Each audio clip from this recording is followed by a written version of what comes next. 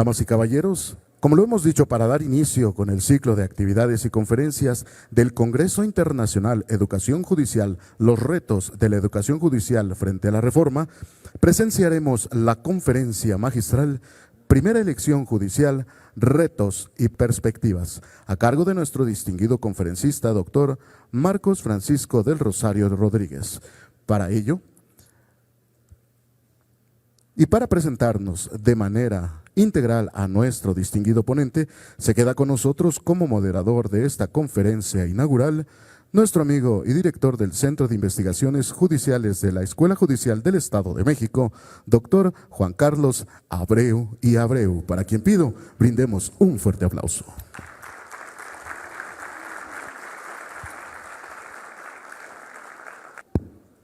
Gracias, tengan todos ustedes muy buenos días. Como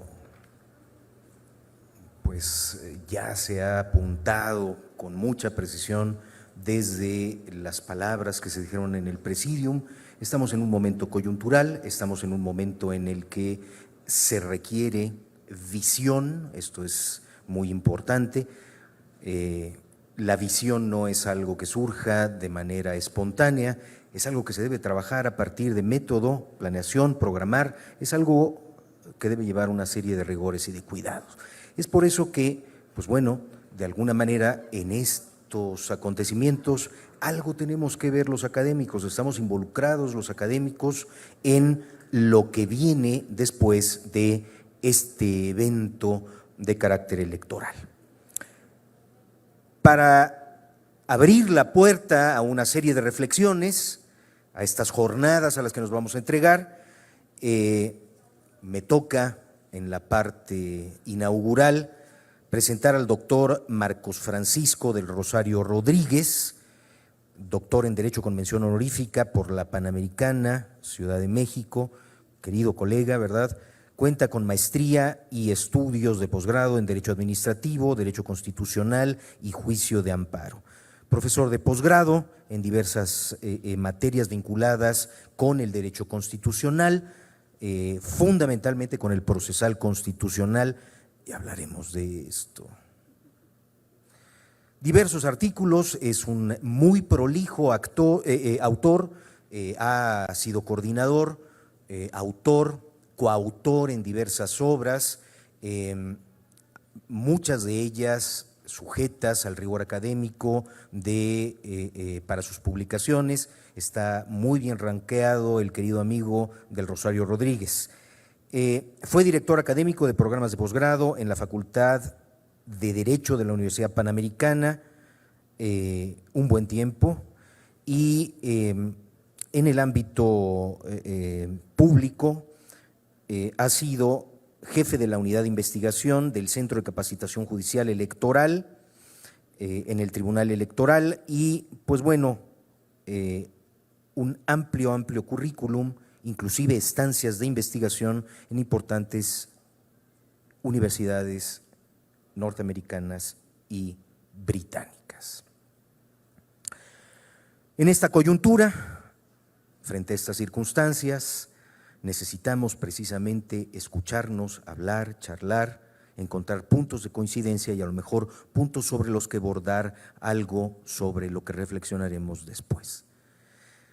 Doctor Marcos Francisco del Rosario Rodríguez, quisiera yo que, en primer término, dándole la bienvenida con los queridos compañeros de la Escuela Judicial, el señor presidente del Tribunal Superior de Justicia, los señores magistrados, los miembros del Consejo, estamos muy dispuestos a escuchar una disertación, luego a entrar en un grato diálogo, y trataríamos de que esta dinámica también a los participantes se hiciera de manera extensiva.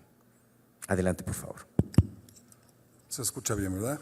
Pues antes que nada, muchísimas gracias al magistrado presidente por la invitación a este congreso, también a la magistrada Elizabeth Rodríguez Colín por la invitación a este congreso, que pues es muy oportuno y pertinente, precisamente como se decía por parte del magistrado presidente en la inauguración de este evento, toda vez que venimos pues de un proceso electoral inédito, derivado de una reforma constitucional, me parece una de las más trascendentales, de gran calado en nuestra historia constitucional. Incluso yo la pondría en una dimensión similar a la histórica reforma en materia de derechos humanos del lejano 2011. En ese sentido, pues para hablar sobre las implicaciones de la educación judicial, debo decir que esta reforma plantea una serie de retos, no solamente para la práctica profesional. Se habla mucho de la administración de justicia, claro, ahí me parece que está radicado los principales retos y cambios sustanciales que se van a venir generando, pero también en la práctica forense, pero también y sobre todo en la enseñanza del derecho, donde las universidades, las escuelas judiciales van a tener un papel fundamental, ¿sí? Y precisamente lo que estamos advirtiendo desde la academia es cómo vamos a educar con los retos y los contextos que vamos a tener de cara a esta reforma, además de los que ya estaban surgiendo, ¿no? Como la inteligencia artificial, este cambio en el entorno político internacional cada vez más fuerte y con mayor influencia. Es decir, hay muchos factores que tenemos que ir planteando en la enseñanza del derecho.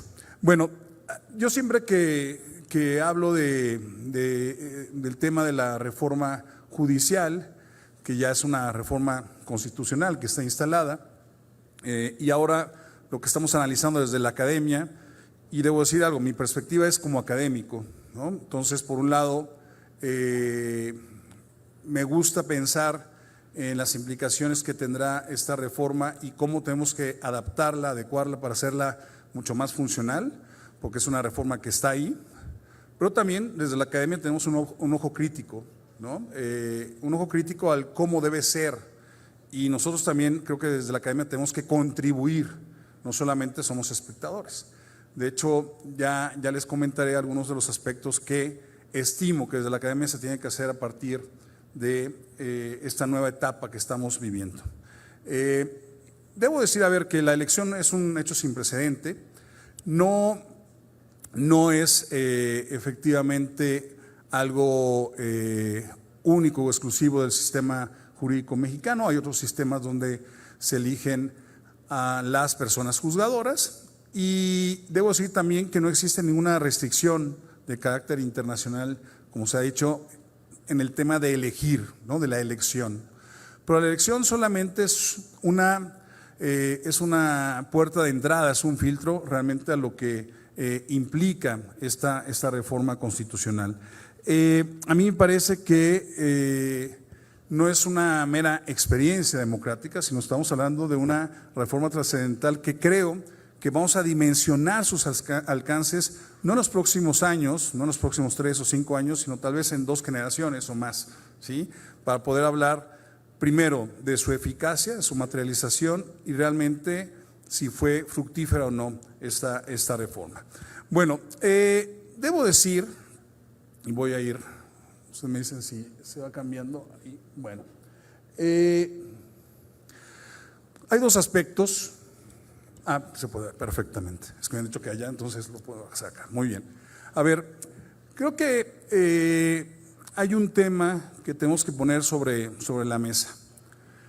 Efectivamente, la democracia de los órganos de poder es una cuestión que se ha venido planteando desde hace mucho tiempo. ¿Por qué implica un ejercicio democratizador? A mí me parece que no nos debemos quedar solamente, única, exclusivamente con el tema de la elección, ¿no? Porque si creemos que hay legitimidad democrática por el hecho de haber elegido a las personas juzgadoras, será una visión muy limitada. Es tanto como creer que la democracia se traduce a elección, ¿no? La democracia va más allá. Y creo que el reto precisamente, y comparto con el magistrado presidente lo que refería, viene precisamente a partir del 1 de septiembre, ¿no? Es decir, cómo van a juzgar estas personas que ya tienen una legitimidad democrática por hecho de haber sido electas, pero el proceso de legitimidad de sus actuaciones va a comenzar con la elaboración de sus sentencias, ¿sí? A mí parece que eso no cambia. El constitucionalismo moderno plantea precisamente que las personas juzgadoras se legitiman en la medida que sus sentencias efectivamente son justas, y si son justas es que se someten a los parámetros constitucionales, a los parámetros de derechos humanos. No hay que perder efectivamente la perspectiva de que las personas están en el centro de la actuación del Estado, no a partir de esta reforma. Incluso en la reforma del 2011 en materia de derechos humanos se hizo hincapié precisamente en que las personas son el eje central de la actuación del Estado. Entonces, yo creo que el momento realmente donde se va a legitimar las actuaciones de las personas juzgadoras va a ser a través de la construcción de sus sentencias. De ahí que sea muy importante, por ejemplo, desde la academia, de las barras y los colegios de la abogacía, dar un seguimiento puntual y ver efectivamente si ese gran reto que se planteó en la reforma, yo he leído muchísimas veces la exposición de motivos, hablo de la federal particularmente, y no puedo opinar en concreto de las reformas locales, pero tengo el panorama de la reforma federal. Efectivamente, ese tema de ser mucho más empáticos, ¿no?, con las necesidades sociales es uno de los retos de esta reforma. Bueno, pues entonces habrá que estar dando un seguimiento puntual, pero sin perder de vista, vuelvo a decir, la labor de las personas juzgadoras tiene que ser resoluciones sometidas, subordinadas a los parámetros de constitucionalidad y de derechos humanos. Bueno, en ese sentido, quiero platicar rápidamente de la jornada electoral. Yo creo que esta jornada nos da muchas enseñanzas y si bien es cierto, ya hay personas juzgadoras que ya fueron electas, incluso ya se les entregó su constancia de validez, hay que reflexionar sobre qué se puede mejorar y qué se puede perfeccionar del proceso electoral. Yo durante muchos años me he dedicado al estudio de la materia electoral y efectivamente es un proceso electoral sui generis, extraordinario, no tiene los mismos elementos que condicionan una elección ordinaria. Primero porque no compiten partidos políticos y porque los cargos pues son distintos, son de elección popular, los procesos electorales ordinarios. Aquí estamos hablando de personas juzgadoras, donde no hay un partido de por medio, donde no hay una plataforma política de por medio, lo cual lo hace complejo, ¿sí? ¿Qué podría decir de la enseñanza de este proceso? Bueno, a ver, yo creo que hay algunos aspectos que vimos que tienen que ver con la difusión, ¿sí?, de las personas que eran candidatas, ¿no? En un proceso electoral ordinario, ustedes saben que el posicionamiento de la imagen de un candidato o una candidata lleva un tiempo, ¿sí?, lleva mucho tiempo. Y en ese sentido, cuando nosotros vamos a votar en una elección ordinaria, lo que tenemos es información de una candidatura, ¿sí?, que en buena medida hay un antecedente que es el partido o el instituto político que lo refiere, ¿no? Salvo las candidaturas independientes que cada vez son más escasas, ¿no? Están en extinción, en auténtica extinción esa figura. Pero realmente hay un instituto político que precede a esa persona y el posicionamiento de la imagen, de sus propuestas, lleva algún tiempo. Por eso hablamos hace un momento de las precampañas antes de iniciar esta charla, que precisamente tiene que ver con eso, ¿no? Y luego ya las campañas. Aquí me parece que los temas que se tiene que reflexionar es que es muy poco tiempo para que el electorado conozca, tenga la información de las candidaturas, ¿sí? Y parece que son de los aspectos logísticos que se tendrían que advertir. Tal vez es imposible que se pueda conocer a todas y todos. Entonces, yo creo que una reflexión que tiene que ser el legislativo y que tenemos que impulsar desde la academia es o ampliar el tiempo o ver formatos distintos graduales para que el electorado, las personas tengan la información, porque no puede haber una elección real, eficiente, adecuada si no contamos con la información de quien vamos a votar. Y ese es un tema que realmente pues, se presentó en la mayoría del país, ¿no? De hecho, muchas de las personas que votaron, porque hay que segmentar los que votaron, muchos anularon su voto, muchos sí tenían la información. Yo conozco muchas personas que hicieron la tarea de ver qué personas estaban en su distrito, en su circuito, ¿no? Yo que estoy en Guadalajara, en Jalisco, no hubo una elección concurrente, solamente fueron elecciones de personas juzgadoras a nivel federal. Hay gente que sí hizo su tarea, hay gente que no la hizo y hay gente que de plano pues no tiene ni siquiera conocimiento de la elección, ¿no? Eso también es un tema que habrá que tomar en cuenta. Semanas antes, cerca del 50% claro, fueron encuestas, es una muestra, no podemos hablar de la totalidad, pero no tenían conocimiento de la elección. Y otra de las cosas que se advirtieron, y creo que es un reto que tenemos todas y todos, más las personas que se dedican, buena parte de ustedes que son personas juzgadoras, es que el electorado no tiene conocimiento de qué hacen las juezas y los jueces, ¿sí? O sea, ¿cómo no van a saber qué hace un ministro o una ministra de la Suprema Corte? Había un desconocimiento profundo sobre eso. ¿Y qué hacen los magistrados y magistradas de la Sala Superior del Tribunal Electoral? Pues no tenemos conocimiento. Salas regionales, ni sabíamos que había salas regionales. Es decir, incluso todavía hay una confusión muy recurrente entre procuración y administración de justicia. Entonces, ¿qué tenemos que hacer? Pues trabajar desde nuestras trincheras para un tema de generar una adecuada cultura judicial, que la gente sepa qué hacen las personas juzgadoras para poder realmente elegir, porque si no, pues ¿qué voy a elegir o cómo voy a elegir? ¿Sí? Bueno, yo creo que ahí, en ese sentido, el tema me parece que sí habrá que reflexionar sobre los famosos acordeones, ¿no? Yo creo que ahí es un tema que se tiene, yo no diría que regular, porque es el lugar común. Hay que regular, hay que prohibir, hay que restringir. No, a ver, yo creo que hay que reflexionar sobre todo las autoridades electorales sobre realmente la incidencia que tuvo esta figura, llamémoslo así, o este instrumento. Y tiene que ver con eso que les decía hace un momento. Si yo no tengo la información, si yo no conozco a las y las personas por las cuales voy a votar, pues estos instrumentos que pueden ser una guía, o pueden ser también utilizados como un voto inducido. Por eso hay que analizarlo con calma y ver la trascendencia de los efectos que trajo consigo ese instrumento, porque no se puede, institucionalizar.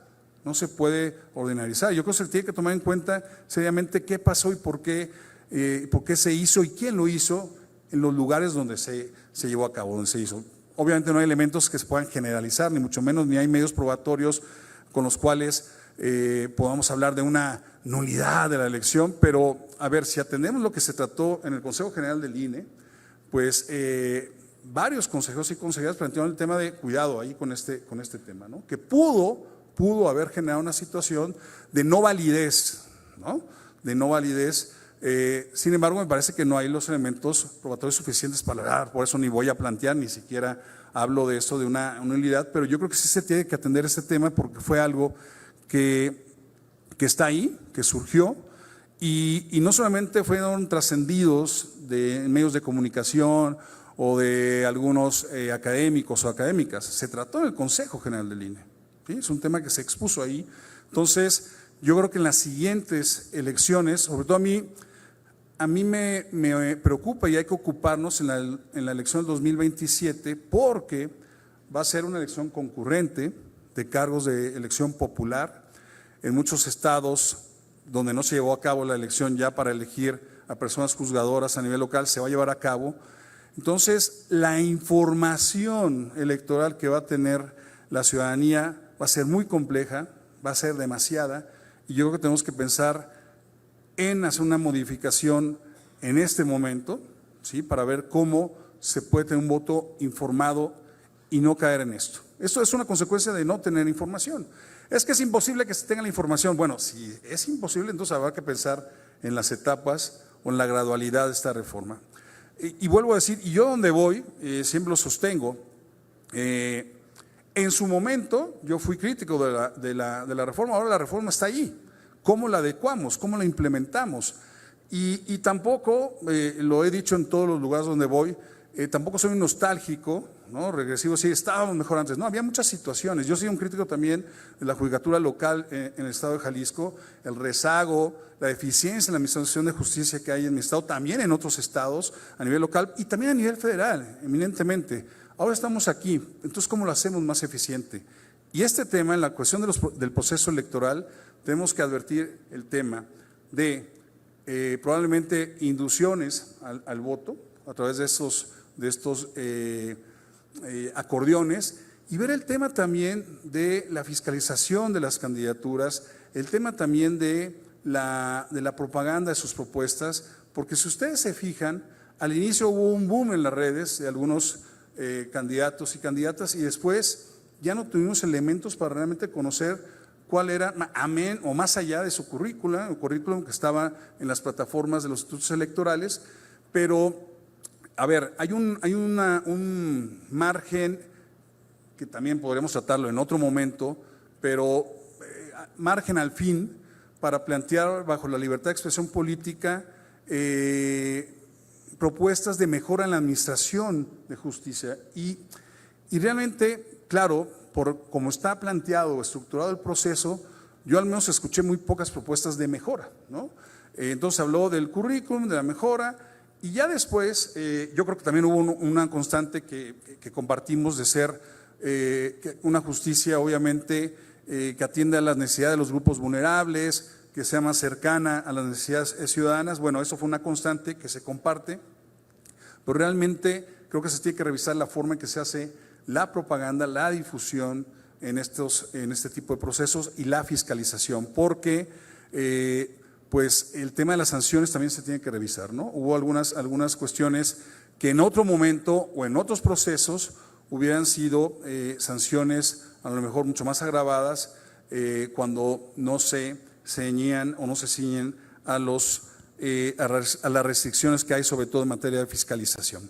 Bueno, yo les diría, en ese sentido, los retos estructurales que advierto en este proceso electoral judicial, y lo hablo como retos porque precisamente se tienen que enmendar, analizar y ver cómo se adecuan de la mejor manera. Bueno, a ver, yo identifiqué una falta de información, como lo refería, pública, accesible y confiable, ¿no? La mayoría de la ciudadanía votó sin contar con elementos necesarios para advertir, ¿sí? Si las trayectorias ahí planteadas o expuestas en un currículum realmente se han llevado bajo parámetros de eticidad confiables, si realmente estas personas han seguido una ruta profesional que les permita tener una perspectiva para ser buenos operadores jurisdiccionales. Realmente no había esos elementos, ¿no? Porque un currículum yo lo puedo ver y puedo saber qué ha hecho una persona. Ahorita amablemente le diste mi currículum, pero ustedes van a saber, y Marcos del Rosario, que realmente cómo es como persona. Y yo creo que el tema, y uno de los grandes retos que creo que afortunadamente algunos estados lo están haciendo, es el tema de el elemento de la eticidad de las personas juzgadoras. Porque lo advertimos en el proceso que hubo y se reconoció por parte de todas las autoridades, y perdón que utilice la palabra, se colaron algunas personas que no cumplían con los requisitos, no solamente formales, sino de eticidad. Entonces ahí también tenemos que replantear el papel de los comités técnicos, me regreso mucho antes, de ver quiénes integran los comités y realmente cómo se están revisando esos perfiles. Y vuelvo a hacer hincapié, la eticidad de los perfiles tiene que ser el valor esencial para garantizar una buena administración de justicia. No solamente basta el conocimiento, la experiencia, sino el papel ético de quienes están ahí. Entonces, a ver, una persona que ya está en una contienda electoral tiene que haber pasado por esos tamices y por esos filtros de manera adecuada. Entonces, bueno, ese sería un segundo punto, ¿no? Establecer criterios de idoneidad adecuados que permitan o garanticen más bien a la ciudadanía que yo voy a votar por una persona que cumple con los requisitos de conocimiento, experiencia y sobre todo de eticidad. Y bueno, pues a mí realmente este tema, volviendo al tema del acordeón, habrá que analizarlo bien, porque siempre puede haber grupos de interés, ¿no? Puede haber, y hablo grupos de interés en general, ¿no? Puede ser desde intereses gubernamentales, empresariales, de otro tipo. Creo que ahí es donde se tiene que trabajar también para garantizar, así como se ha trabajado en los procesos electorales ordinarios para evitar financiamientos, para evitar que se rompa el principio de neutralidad, ¿no? De objetividad e imparcialidad, se tiene que trabajar aquí, yo creo, con instrumentos de fiscalización mucho más adecuados, mucho más sólidos, mucho más rígidos, que permitan precisamente evitar que grupos de interés puedan filtrarse durante el proceso electoral. No hablo solamente en la jornada, durante el proceso, ¿sí? Entonces, yo les diría, en ese sentido, a ver, lo más importante empieza el 1 de septiembre, y coincido, y eso es lo más importante. Pero el proceso electoral nos dejó muchas enseñanzas de cuestiones que se tienen que adecuar y se tienen que ajustar sí o sí, para mejorar precisamente el proceso y para mejorar de alguna manera esta reforma y que se implemente de manera adecuada, ¿no? Lo platicaba antes de empezar con la doctora Macarita, cómo adecuamos, cómo hacemos más eficaz esta reforma, amén de las resistencias o reticencias que pueda haber. Ya estamos en esta reforma, pues se tienen que hacer muchas mejoras para que sea funcional y realmente cumpla con los objetivos que se plantearon, ¿no? Entonces, para buscar una democratización efectiva, yo les diría, bueno, pues tenemos que cuidar que el voto popular no sea un instrumento de grupos de interés. Tenemos que garantizar que el voto sea un voto razonado, reflexionado, como tiene que ser, y tiene que ser un voto informado. Perdón que sea tan reiterativo con este tema, si no tenemos información sobre las personas que vamos a votar, este voto de alguna manera puede ser un instrumento y puede ser un mecanismo de cooptación, ¿no? Por eso entonces, y uso la palabra con mucho cuidado, cooptación, porque obviamente ni estoy generalizando, ni estoy diciendo que estamos en una situación pero para evitar esas situaciones tenemos que ser muy cuidadosos. Por eso yo pondría un énfasis muy reiterado en el proceso electoral, cómo tenemos que mejorar. Y es un proceso sui generis, sí, porque no estamos eligiendo cargos de elección popular, no hay partidos políticos. Y tenemos, por ejemplo, que analizar y llevar a la reflexión con mucha calma el tema de qué implica la promoción, por ejemplo, del voto, ¿sí? Porque ustedes recordarán que hubo ahí una resolución de sala superior a la mitad del proceso donde dice, a ver, servidores públicos y partidos políticos sí pueden promover el voto. Y en la Constitución se dice que pues en el 134 establece una restricción clara y precisa. No, pero eso es para partidos políticos o servidores públicos durante el proceso, perdón, para servidores públicos durante un proceso ordinario, no en este proceso que es extraordinario. Bueno, ese tipo de cuestiones hay que revisarlas muy bien. ¿Qué implica promoción? ¿Sí?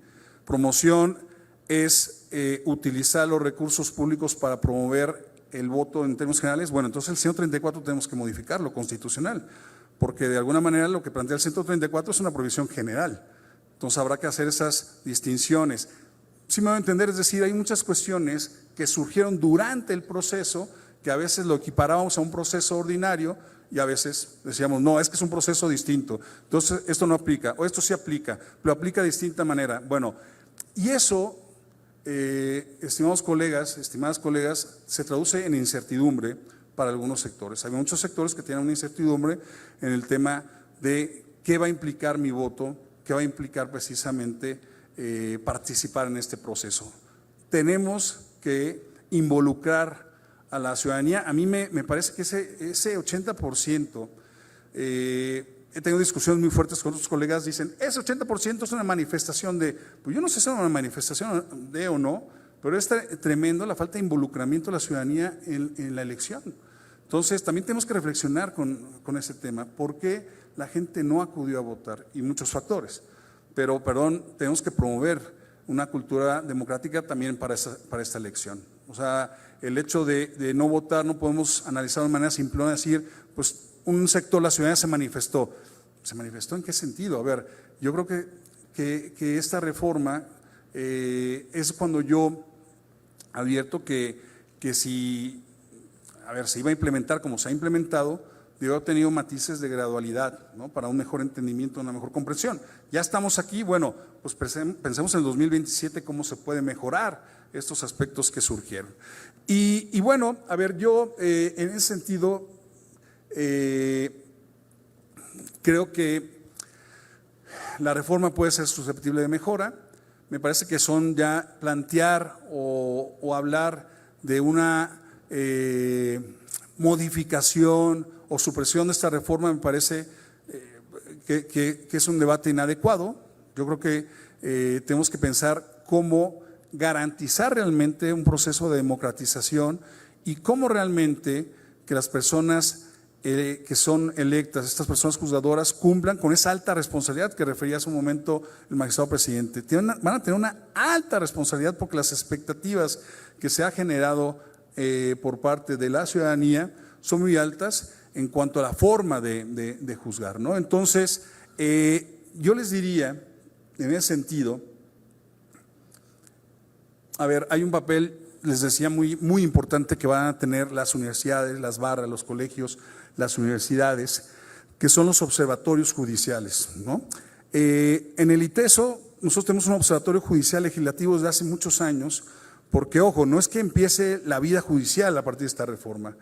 Y vuelvo a insistir, había muchos déficits, muchos aspectos de mejora en los órganos judiciales previo a la reforma, y nosotros siempre fuimos muy críticos de analizar las resoluciones y también reconocíamos cuando había resoluciones apegadas a los parámetros de regularidad constitucional, y cuando había sentencias restrictivas de derechos también éramos muy claros en eso. Pero ahora los observatorios judiciales se van a volver fundamentales porque precisamente esta reforma fue hecha para legitimar y democratizar la función judicial. Entonces, si realmente ese es el objetivo, pues nosotros como ciudadanía, como abogacía, como universidades, tenemos que dar un seguimiento efectivamente real y efectivo de cómo se está juzgando. ¿Y cómo se tiene que juzgar? Pues conforme los parámetros de derechos humanos y de justicia, ¿no? Y con una visión, yo les diría, objetiva, imparcial y neutral. Si los observatorios tienen un sesgo primigenio, si hay una resistencia, reticencia a esta reforma, pues esos observatorios me parece que no van a ser funcionales, porque ahorita están surgiendo muchísimos observatorios, habrá que ver su metodología, qué observan, qué materia están revisando, en fin, es un tema que debe tener un rigor científico, un método cualitativo, cuantitativo, no solamente sentarnos en una conferencia de prensa y decir, pues la Corte está resolviendo, no, en esa sentencia se resolvió así, y bueno, muy bien, en esta, se está separando de precedentes anteriores. ¿Por qué se está separando? ¿El precedente anterior era mejor o no? Y siempre pensando en la persona, pensando en los derechos humanos. Es lo que tiene que seguir un observatorio y me parece que eso tiene que ser fundamental desde la ciudadanía. Y bueno, fíjense, yo pongo ahí que la participación ciudadana pues no tiene que ser un factor para debilitar la justicia, al contrario, ¿no? Si ya establecimos este mecanismo de elegir a las personas juzgadoras, pues tenemos que rediseñar el proceso y tenemos que garantizar efectivamente que quienes lleguen se sigan preparando y adquiriendo conocimientos. Coincido, magistrado presidente, el tema de las escuelas judiciales. Yo fui un defensor, y lo pueden ver ahí en los foros, que en su momento se organizó la Cámara de Diputados y otros foros, que mi preocupación era qué va a pasar con el tema de la formación judicial, qué va a pasar con la escuela judicial. Porque precisamente la reforma del año 2021 paradójicamente privilegiaba, recordarán ustedes que estableció la escuela judicial y está probado en todos los sistemas jurídicos la necesidad y la importancia de que se cuente con una formación adecuada, ¿sí? Una formación y la experiencia. Y hay modelos incluso que hablan, establecen que todas las personas juzgadoras, además de haber estudiado Derecho, tienen que pasar por 5 años, por el modelo alemán, por ejemplo, ¿no? De una escuela judicial o en España. Bueno, a ver, si una persona que fue electa no ha pasado o no tiene la experiencia judicial, bueno, el proceso de actualización constante tiene que ser fundamental, fundamental. Yo creo hoy más que nunca las escuelas judiciales tienen que estar ahí y el papel y la responsabilidad que tienen es fundamental de cara a que estas personas juzgadoras que llegaron o que van a llegar tengan una perspectiva real de cómo se debe juzgar a favor de la persona. Y en ese sentido, pues yo enfatizaría muchísimo que no perdamos de vista los derechos humanos. O sea, no solamente es un vocablo, no solamente es un término, sino realmente yo quiero resolver de manera justa y equitativa, tengo que atender los derechos humanos y tengo que juzgar con esa perspectiva en materia de género, en materia de igualdad, en materia de libertad de expresión, en materia de no discriminación. Es decir, ahí es donde tiene que estar la preparación y la formación.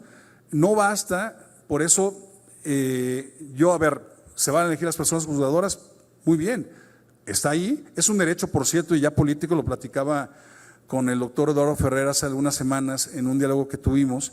Eso es un derecho ya político adquirido, por eso no se puede retrotraer, no hay regresión en ese tema, por eso ni siquiera hay que plantear, a ver, es un derecho político que está a nivel constitucional y llegó para quedarse como cualquier derecho que se reconoce.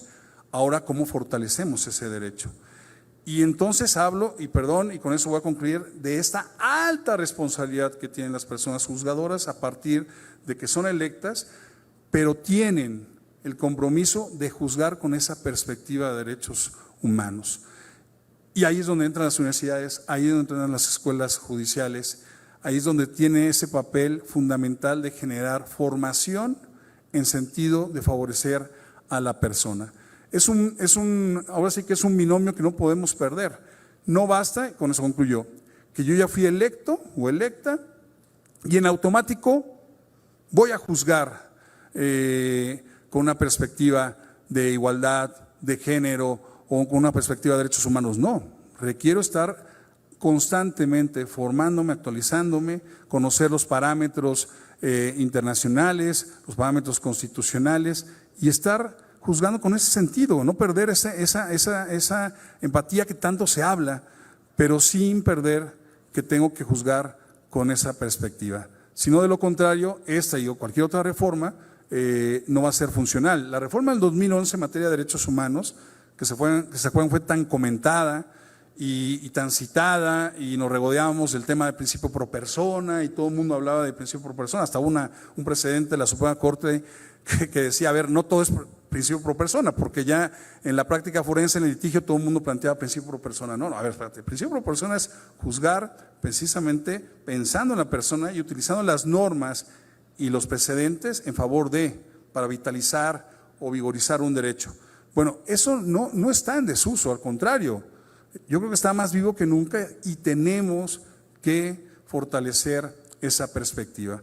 De lo contrario, vuelvo a decir, esta o incluso la reforma del 2011 no habrán sido eficaces y eficientes. Con esto concluyo y si gustas, mi estimado, pues podemos dialogar un poco y al final abrimos preguntas o comentarios del público. Muchas gracias.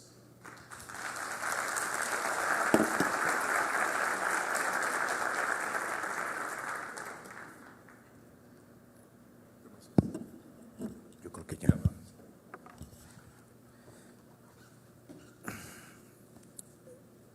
Tenemos varios problemas y hablamos de retos. Yo quisiera plantearlo fundamentalmente a través de un itinerario que se ha tenido prácticamente desde una recomposición en 1994 de los modelos de aplicación de justicia a nivel federal y a nivel local, y fundamentalmente la incorporación de dos figuras trascendentales, acción de inconstitucionalidad y controversia constitucional, porque la justicia constitucional es a nivel federal y a nivel local.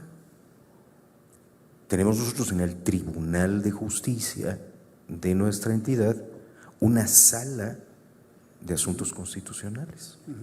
Luego entonces, primer reto, constitucionalidad, convencionalidad. Estamos hablando de legitimidad. Esa legitimidad podría, no quisiera decir socavar, erosionar tal vez el apego a la convencionalidad dentro de la función del juez. Yo creo que ha sido muy importante, no solo a partir de 2011, sino, siguiendo con el itinerario, 2021 hay una reforma contundente, lo sugerías hace unos momentos. La incorporación de la figura del presidente, que si bien ya se venía manejando previamente en la justicia federal, las pautas que se seguían dentro de la justicia federal indicaban pues una línea clara, ¿no? Independientemente de si proviene del modelo anglosajón o no, era de alguna manera consecuencia de la reforma constitucional en materia de derechos humanos. ¿Se fortalece el presidente? Sobre todo porque esa legitimidad a la que estás haciendo alusión requiere que no haya criterios discordantes. ¿Implica esto alguna camisa de fuerza para el juzgador? Preguntas detonantes, a ver. Híjole, eso, bueno, pues nos puede dar para una disertación. A ver, yo creo que la implementación de la reforma que se va a dar a partir realmente del 1 de septiembre, yo creo que, o sea, el momento culmen, y vuelvo a insistir, va a ser el 1 de septiembre, nos va a permitir identificar cuestiones que se tienen que ajustar. Yo soy enemigo de las reformas, hay que reformar esto, reformar lo otro, pero, a ver, tú planteabas un tema que es fundamental. Los medios de control constitucional tienen que seguir, ¿no? Es más, yo celebro que el Estado de México tenga una sala constitucional, incluso ya son más de 25 estados que tienen algún instrumento de control constitucional. Sin embargo, incluso dentro de las iniciativas de reforma en materia judicial en Jalisco, fíjense que todas las 7 iniciativas que se presentaron, incluyendo una del gobernador y de todos los grupos parlamentarios, refieren la necesidad de que haya una sala constitucional, porque en Jalisco no hay ni instrumentos constitucionales. Y mucha gente dice, pues ¿para qué? ¿No? ¿Para qué? Bueno, yo creo que hoy más que nunca tenemos que echar a andar y operar y hacer vigentes esos medios de control que en la mayoría de los estados no se utilizan, ¿no? O son poco conocidos o no son muy recurridos por los justiciables. A mí me parece que paradójicamente la reforma constitucional en materia judicial, digo paradójicamente porque busca fortalecer la justicia federal, pero yo creo que los estados son los principales beneficiados si entienden que el federalismo judicial tiene que surgir a partir de los estados. Por eso los medios de control local van a cobrar un papel fundamental y se tienen que echar a andar. Digo echar a andar porque, a ver, pues desde el año 2000 en Veracruz fue la primera constitución que estableció medios de control constitucional a nivel local.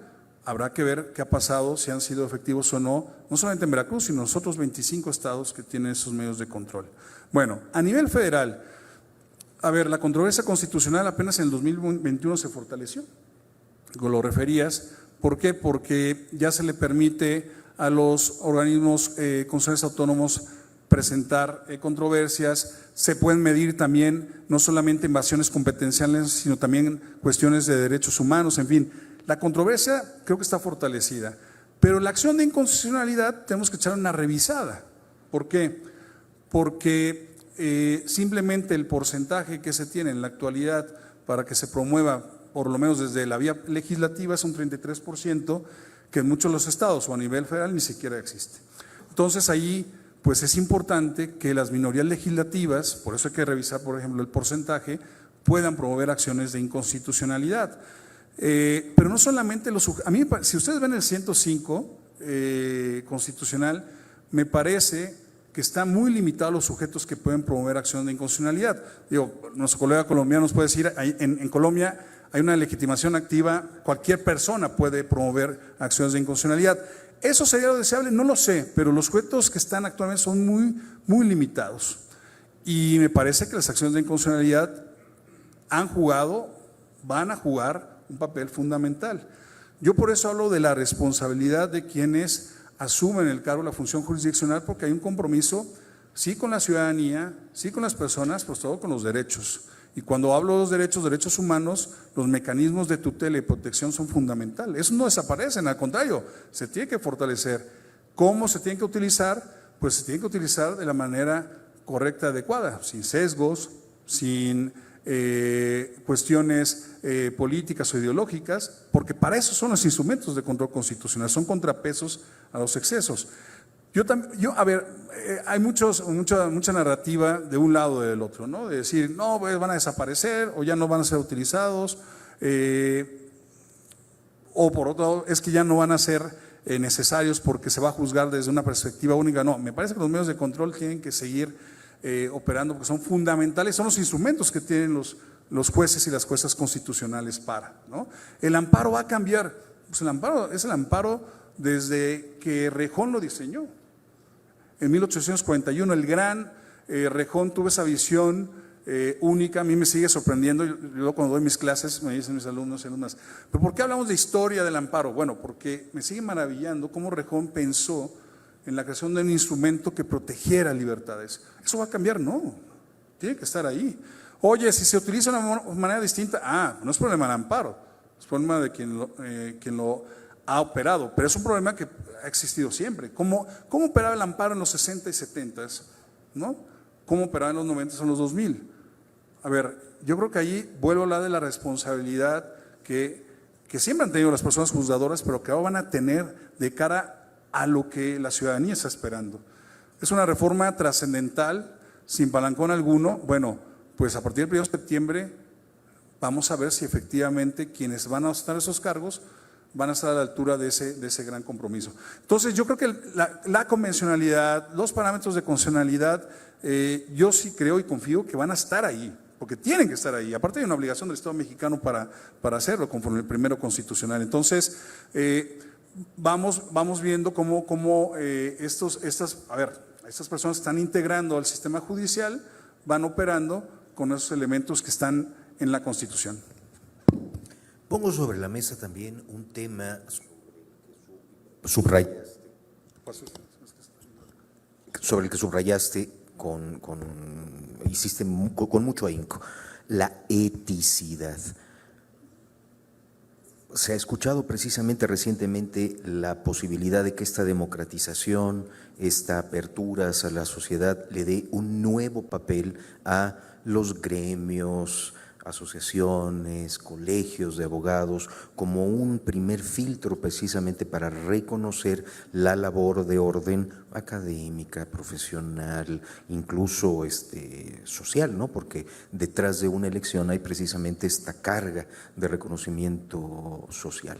¿Tú crees que estamos frente a esos escenarios en los que haya una mayor participación de lo que hemos venido denominando organizaciones de la sociedad civil, todavía aquí muy embrionarias, si es que existen, pero que han tenido pues un auge, un impacto muy importante, no solo en el mundo anglosajón, sino en amplios países de Europa? En este proceso, y hablo de ese proceso no solamente el electoral, sino este proceso previo, durante y posterior a la reforma judicial, si bien hubo participaciones de organizaciones ciudadanas, de universidades, de barras, colegios, sí eché de menos que fuera mucho más determinante esa intervención. Yo creo que más que nunca los colegios de abogacía, las barras, las universidades tienen que tener un papel fundamental, no solamente de criticar o observar, sino de involucrarse. Y exigir que las y los mejores lleguen a esos cargos. En este proceso llegaron las y los mejores, bueno, las que fueron electas sí, cumplían con esos parámetros, esos requisitos, algunos sí, algunos no, entonces hay que trabajar. La ciudadanía va a elegir, pero a mí me parece que tienen que llegar en un contexto de que quienes vayan a ser susceptibles de ser elegidos hayan cumplido con parámetros de exigencia, estándares altos. En Jalisco les comento que no se ha aprobado malamente, hay un incumplimiento, hay una omisión de inconstitucionalidad por parte del Congreso del Estado, no se ha aprobado y no se ha dictaminado 7 de las iniciativas que se presentaron, que son muy concordantes, fíjense, muy concordantes. Y todas hacen un énfasis en algo que es fundamental: los comités, ¿sí?, evaluadores tienen que contar con metodologías únicas, uniformes de evaluación y medición. Y ahí es donde tienen que estar los estándares muy rígidos de conocimiento, de experiencia, pero de eticidad. Yo no concibo, y no solamente es una cuestión teórica o académica, porque he estado también desde el lado jurisdiccional y he estado también en el lado de litigio y consultor, un juez o una jueza que no tenga una ética adecuada, ¿no? Hay un artículo que nuestro colega colombiano conoce muy bien, muchas y muchos de ustedes, del doctor Madden, que hablaba si una mala persona puede ser un buen juez, ¿sí? Cuando hablaba del tema de la maldad y la bondad, habla del tema más bien de la eticidad, ¿no? Una persona que no tiene una congruencia de vida, imagínense, pensamos en una persona que es violenta con su familia, pues no puede ser un juez o una jueza de lo familiar, por ejemplo, ¿no? O una persona que no comulga con los valores laborales, ¿no?, que comete acoso laboral, imagínense, pues siendo juzgador o juzgadora de materia laboral. A ver, la idoneidad tiene que ver efectivamente con cumplir con esos filtros de la trayectoria de una persona, y hay metodologías establecidas en muchos ámbitos para conocer eso. Yo creo que ahí está la clave y es donde se tiene que trabajar. Si eso sale bien, yo puedo tener la certeza como ciudadano al ir a votar que quien está ahí o quienes están ahí ya pasaron por esos filtros de manera adecuada, y no que ocurra lo que pasó de que, híjole, pues se filtraron personas que tienen nexos con, ¿no?, o que efectivamente cometieron acoso laboral, o que provienen de despachos que tienen intereses, ¿no?, determinados.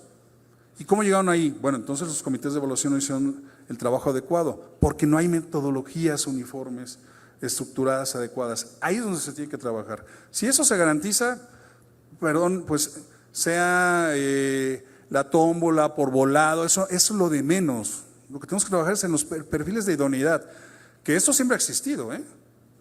Es decir, la gran crítica que existía al sistema de elección de los ministros y ministras de la Suprema Corte, que yo fui un crítico también de siempre, es decir, realmente la terna que proponían los titulares del Ejecutivo cumplían con los estándares establecidos en la Constitución, o cumplían con los estándares de cercanía, de ser amigos del presidente en turno, ¿no? Bueno, es que en Estados Unidos funciona, no sé si en Estados Unidos funciona o no, pero a ver, pero incluso desde antes la idoneidad de las personas juzgadoras a veces no se cumplían.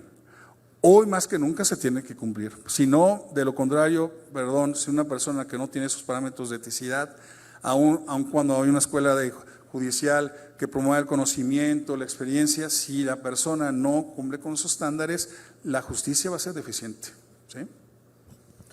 Bueno, yo quisiera dar la palabra a quienes nos acompañan en el público. Sin embargo, me quedo yo con algo que anotabas, ¿no? Los observatorios. Creo que la gestión del presidente Fernando Díaz al frente del tribunal ha precisamente, a partir de estas concepciones de justicia abierta, ha encontrado, ¿no?, ese cordón umbilical, ¿no?, entre las obligaciones, las reivindicaciones incluso de carácter social, con la necesidad de la cercanía y de la estrechez con la sociedad civil. Doy pauta a quienes nos acompañan a que formulen preguntas, inquietudes o alguna participación que logre de alguna forma alimentar la visión del querido amigo Marcos Francisco del Rosario. Claro, allá atrás hay una. Muchas gracias. Hola, buenos días a todos. Nada más una pregunta, por favor, a ver si tienen alguna respuesta. Si hablamos de oclocracia, estamos hablando de cuando la decisión no la toma el pueblo, sino la muchedumbre. Lo dijo Polibio, Cuando el pueblo es manipulado y decide sin información, es el peor de los sistemas políticos, el último estado de la degradación del poder, o sea, la degeneración de la democracia. La oclocracia se nutre del rencor y la ignorancia. ¿Estaremos a las puertas de ello? Gracias. Muchas gracias por su pregunta. Es una postura personal, yo no me gusta hablar de los vocablos autocracia, autoritarismo, porque algo que nos está ocurriendo como sociedad, y lo advierto desde la academia, es que no estamos generando diálogos, ¿no? Y yo creo que se tiene que empezar a construir un diálogo, una deliberación constante y permanente en todos los temas, ¿no?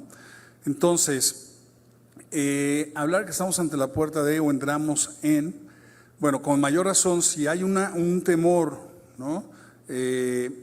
O algunos sectores hablan del riesgo de que el Estado de Derecho se pueda ver afectado, la independencia judicial, la imparcialidad de los jueces, en fin, bueno, entonces yo creo que ahí el papel de nosotros tiene que ser precisamente en nuestras trincheras, estar observando precisamente, ¿sí? Justicia abierta, hoy te referiste a algo que es un concepto que me gusta muchísimo porque no es solamente un eslogan, sino que la justicia abierta tiene que ser un concepto real. Justicia abierta significa que las y los magistrados tengan el gato de oídas, o que yo suba en X o en Instagram que tuve una sesión con alguien, ¿eso es justicia abierta?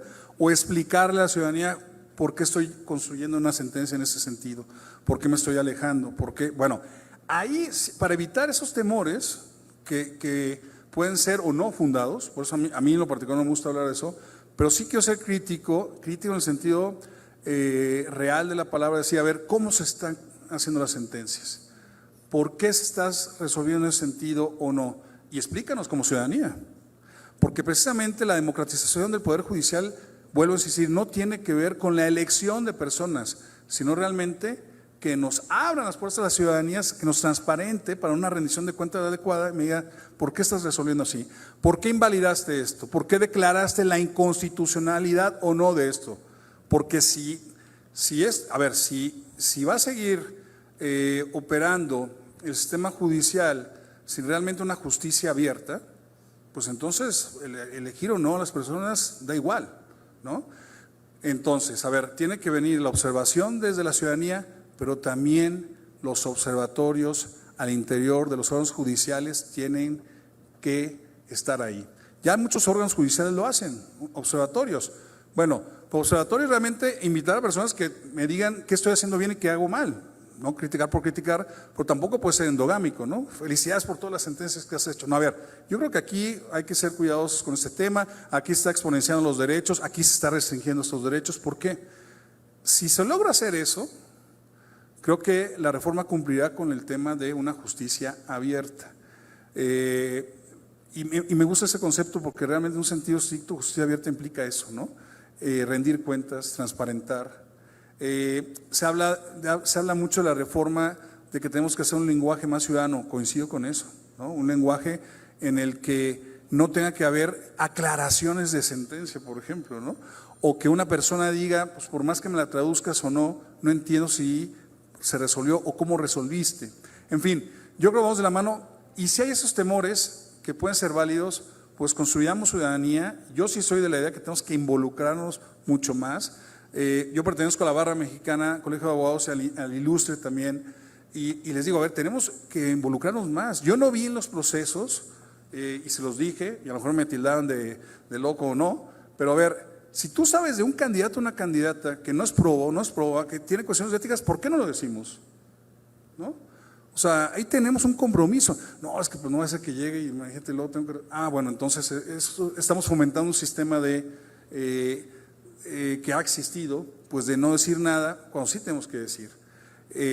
Entonces, en la medida que la ciudadanía exija mejores jueces y juezas, y que no solamente sea la palestra de elección, esto creo que puede funcionar. De lo contrario, pues no va a funcionar. Y por eso yo no me quiero quedar con la idea de una reforma de elección, porque sea una democracia de elección. Pues ya los elegimos, ya está todo bien. Pues no. O sea, hay un trasfondo tremendo que va a empezar el 1 de septiembre. A lo mejor hagamos este ejercicio en 5 años y vemos cómo va, ¿no? Oye, pues creo que va bien o no, o hay situaciones. Pero ahorita realmente también tenemos que ver cómo van a operar estos nuevos jueces y juezas que entran, porque, ojo, hay lo platicaba ahorita con la magistrada, pues no es que hubo una renovación integral, también va a ser un momento interesante de este proceso de quienes llegan de un proceso electoral con los que ya están bajo otro proceso, cómo va a ser esa convergencia, cuáles van a ser las nuevas dinámicas que se van a establecer, hay que también revisar eso, ¿no? Que vamos a verlo hasta que entren en funciones, porque ahorita pues son meras especulaciones, ¿no?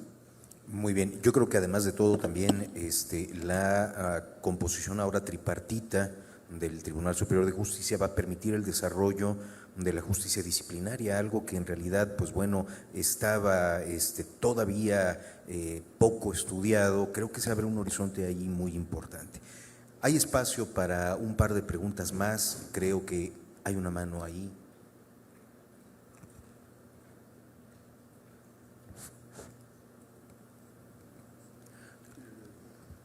Buenas tardes, doctor Marcos. Felicitarlo porque tocó usted los temas. Soy Maurilio Martínez. Tengo la materia de ética por oposición aquí en la Escuela Judicial y en la UAM he dado más de 10 años metodología y es donde yo asocio la parte cualitativa y cuantitativa. Lo felicito porque en las pláticas que se tuvieron los colegios de abogados con los futuros funcionarios jurisdiccionales, la mayoría de los de la Escuela Judicial, más bien del Estado de México, trataban la parte cuantitativa y cualitativa. Entonces, asociando la cualitativa, por oposición, me dieron la materia de ética, ahí va la cualitativa, y cuantitativa, en la UAM he dado metodología de la investigación. Ese es mi comentario. La pregunta sería la siguiente. Hemos estado insistiendo los cuantitativistas que se tome muy en cuenta la parte numérica, la parte de causa-efecto, la parte de variables independientes y dependientes.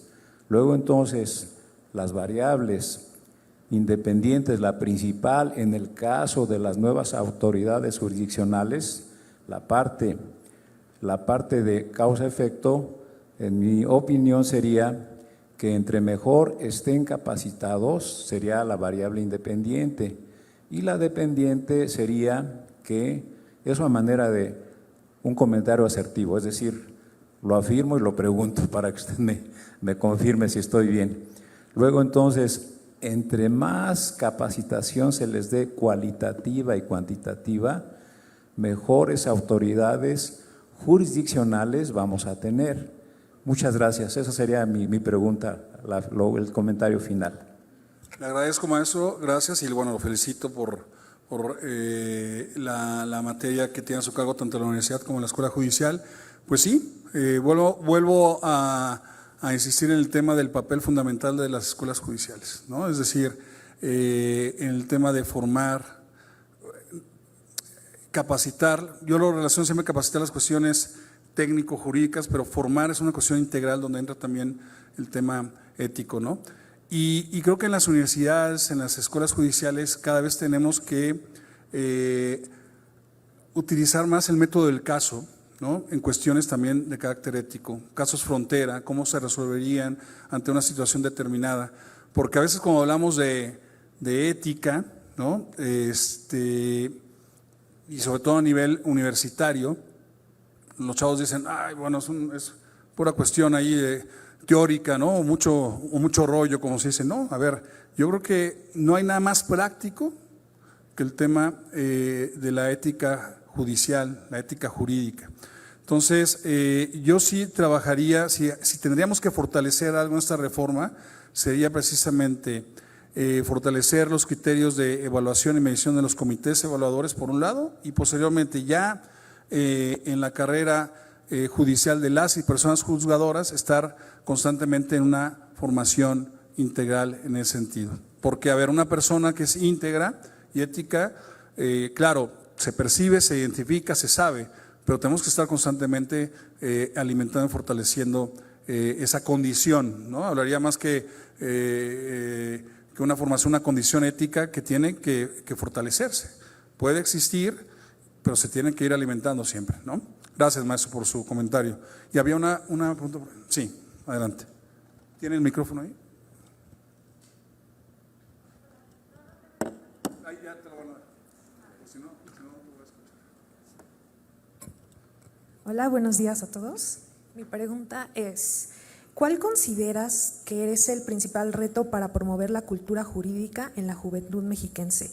Aquí me gustaría preguntarte acerca de una población que está fuera de una escuela judicial, que no tiene como que estos conceptos claros. ¿Cuál considera que es el principal reto? Gracias. Muchas gracias y esa es la pregunta, ¿no? que nos podemos hacer.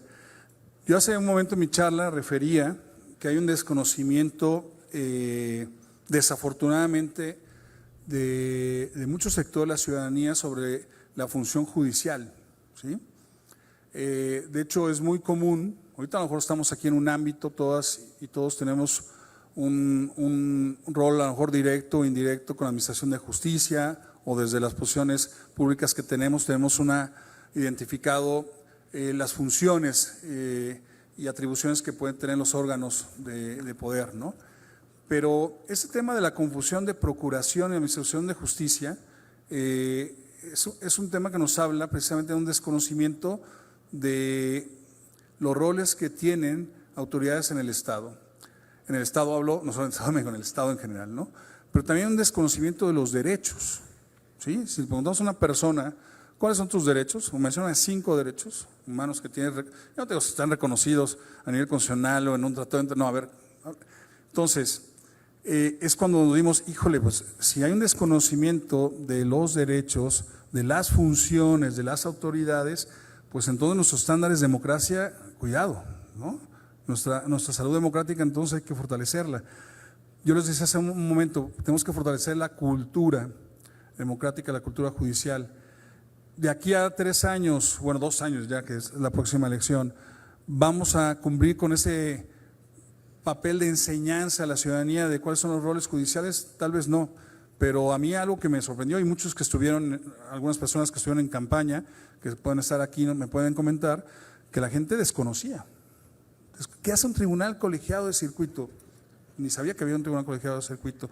¿Qué hace un tribunal colegiado de circuito en materia de telecomunicación? ¿De qué? Telecomunicación, para competencia económica. Bueno, incluso nos vayamos lejos, en penal o civil, ¿no? Yo creo que ahí es donde nosotros tenemos que hacer una cruzada, ahora sí se me permite la palabra, de evangelización jurídica, ¿no? Y de derechos por todos lados, porque de lo contrario estaremos recurriendo, llegando a lo que yo critiqué, que habrá gente que vota sin saber cuál es el papel de un juzgador, ¿no? En términos generales. Las universidades, las escuelas judiciales, pero creo que barras, colegios y nosotros en lo particular tenemos que replantearnos muchísimo que estamos haciendo. ¿Qué están haciendo, por ejemplo? Tengo hijos tanto en prepa como en uno que ya está saliendo de primaria y yo no veo esa formación, también educación básica de concientizar y de promover cuáles son los roles o los papeles de las autoridades del Estado, ¿sí? E incluso muchas veces los chicos saben identificar el ámbito municipal, del ámbito estatal, en fin, y son chicos que están yendo a formación, están yendo a escuelas, ¿no? Entonces, sí creo que si estamos hablando de vigorizar, de democratizar el poder judicial, que creo que todos podemos estar de acuerdo, pero si no sé qué hace el Poder Judicial, pues ¿qué hablamos de democratización y de elección? Pues entonces, porque no tengo la menor idea, un juez, voy a votar por esta jueza, candidata a jueza, porque sé que hace esto, en materia familiar, va a evitar, va a garantizar estos derechos, perfecto. Híjole, parece una misión imposible, no lo sé, pero tenemos que hacerlo, ¿no? Muy buena pregunta, o sea, a veces nos cerramos en nuestro ámbito, pero nos dimos cuenta que el reto está precisamente en culturalizar a la ciudadanía con relación a saber cuál es el rol de las autoridades y cuáles son los derechos. Híjole, es un reto complejo, muy complejo. Y suena muy simplón que lo diga así, pues sí, pero yo creo que ahí es un papel fundamental de quienes estamos aquí, ¿no? De quienes estamos en la academia, formando a universitarios, universitarias, formando también en los posgrados a abogados y abogadas, que ahora va a ser un papel fundamental a través de esta reforma que me parece que establece parámetros totalmente distintos de conocimiento jurídico, ¿no? Si las universidades, sean públicas o privadas, no están pensando en el reto que ya conlleva la enseñanza jurídica a partir de esta reforma, cuidado, ¿eh? O sea, tenemos que pensar, no en analizar la reforma, si está bien, no, a ver, los litigantes de hoy en día, las y los litigantes, qué valores deben de tener, qué habilidades deben de tener, ¿sí? ¿Cuál es el papel de los medios alternos de solución de conflictos hoy en día? ¿Se van a complementar? ¿Se van a fortalecer? Eso es lo que tenemos que ir viendo. A mí me parece que se tienen que fortalecer, aún si no hubiera existido esta reforma, ¿no? El papel precisamente de los medios alternos juega un papel fundamental. En fin, yo sí creo que las universidades nos estamos quedando atrás en ser más determinantes en este y en otros temas, ¿eh? Allí tenemos, yo creo que una deuda con la ciudadanía muy fuerte todavía. Pues déjame hacer una nota de pie de página. Precisamente la propia reforma dota a las escuelas judiciales, tanto federal como locales, de facultades para arropar las relaciones didácticas, pedagógicas, peritos, defensoría, los compañeros de fiscalía, creo que y a la propia sociedad civil. Creo que el reto incluso para la propia educación judicial y las escuelas judiciales se amplía. Una última pregunta sería altamente bienvenida. Señor, adelante.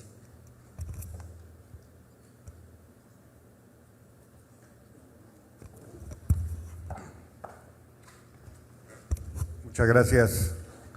Su servidor José Castillo Ambriz. Lejos de ser una pregunta, voy a soltar. ¿Qué pasó? ¿Sabe qué? No se oye.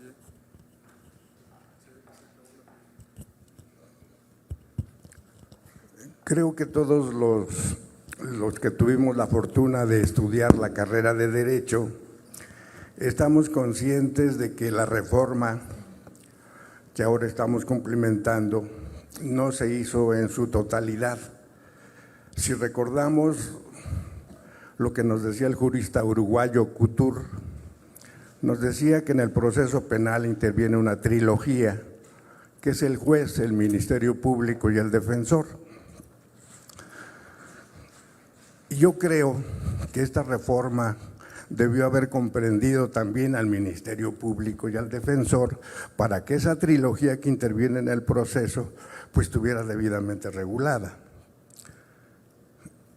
La opinión que le pido, ¿por qué no pugnamos porque se complemente esta reforma?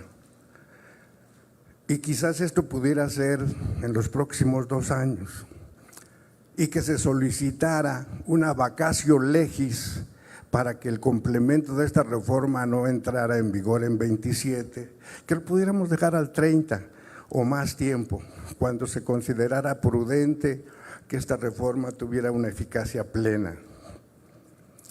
Yo estimo, abogados, estimo que debemos pugnar porque se dé primero la reforma, se incluya al Ministerio Público y a la Defensa en la misma y posteriormente continuar con la implementación.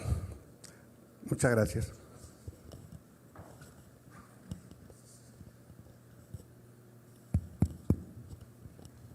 Se escucha bien, ¿verdad? Bueno, fue uno de los temas que se abordaron durante los foros abiertos, ¿no? Que organizó la Cámara de Diputados en su momento y en diversos foros académicos, ¿no? Si estamos hablando de fortalecer la justicia, pues no solamente tenemos que pensar en la administración, sino en la procuración, donde hay, pues está de más decir que hay muchos déficits, ¿no? Tanto a nivel local como a nivel federal, y ahí sí creo que a lo mejor coincido con usted, la ecuación estaría completa.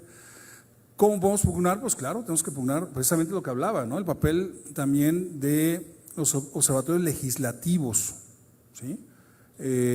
Ahorita estamos pensando en observatorios judiciales, pero los observatorios legislativos son fundamentales. ¿Qué están legislando nuestros congresos locales, el Congreso de la Unión? ¿Cómo se está legislando?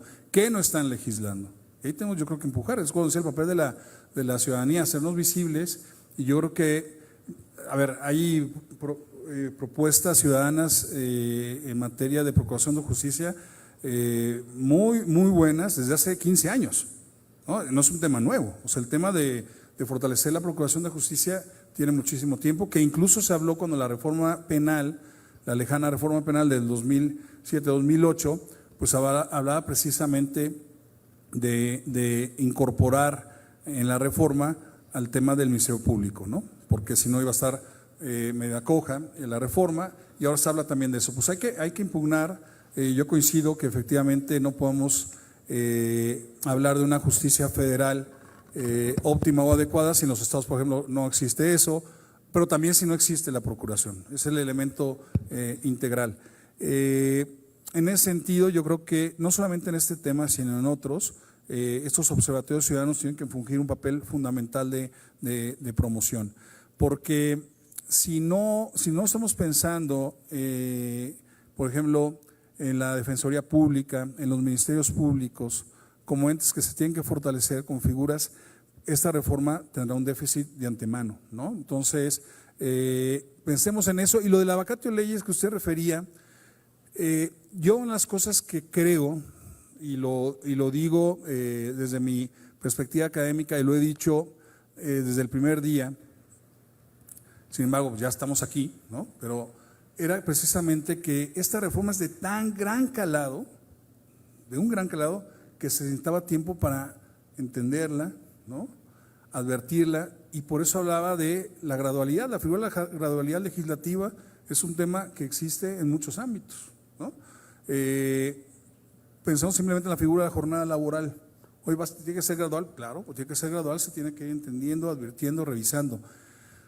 Ya estamos en la reforma, sí creo que he escuchado por ahí, se dicen que va a haber una propuesta que de 2027 recorre 2030, no lo sé, no soy legislador, solamente he escuchado por ahí. Lo que sí es que ya hay elementos que los acabo de referir que se tienen que analizar, revisar para mejorarla, ¿no? Y tenemos que hacerla mucho más funcional. Yo sería de la idea entonces, si vamos a pensar en una reforma en materia de procuración de justicia, que tomemos la experiencia de esta reforma, de que no sea tan inmediata en su aplicación total. Claro, las reformas, cuando se hacen reformas, se tienen que aplicar eminentemente, ¿no? Por ejemplo, la reforma de materia penal, 9 años de vacatio de leyes, recordarán, 9 años, bueno, 8 o 9 años, no recuerdo.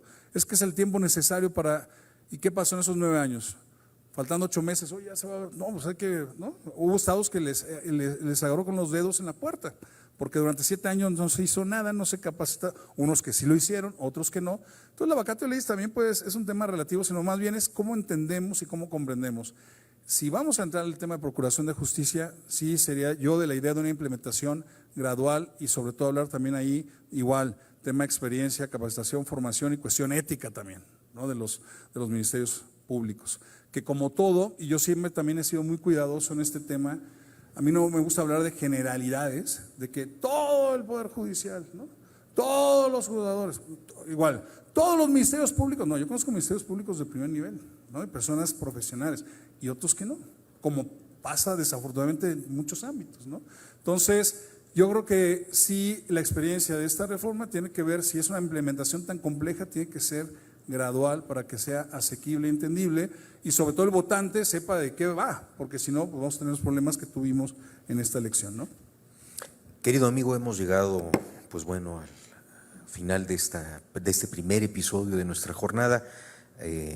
Quiero expresarte el agradecimiento personal, el de las autoridades de la Escuela Judicial, magistrada, y pues de quienes estamos de alguna manera muy dispuestos a escucharte y a aplaudirte. Bien se lo merece. Muchas gracias.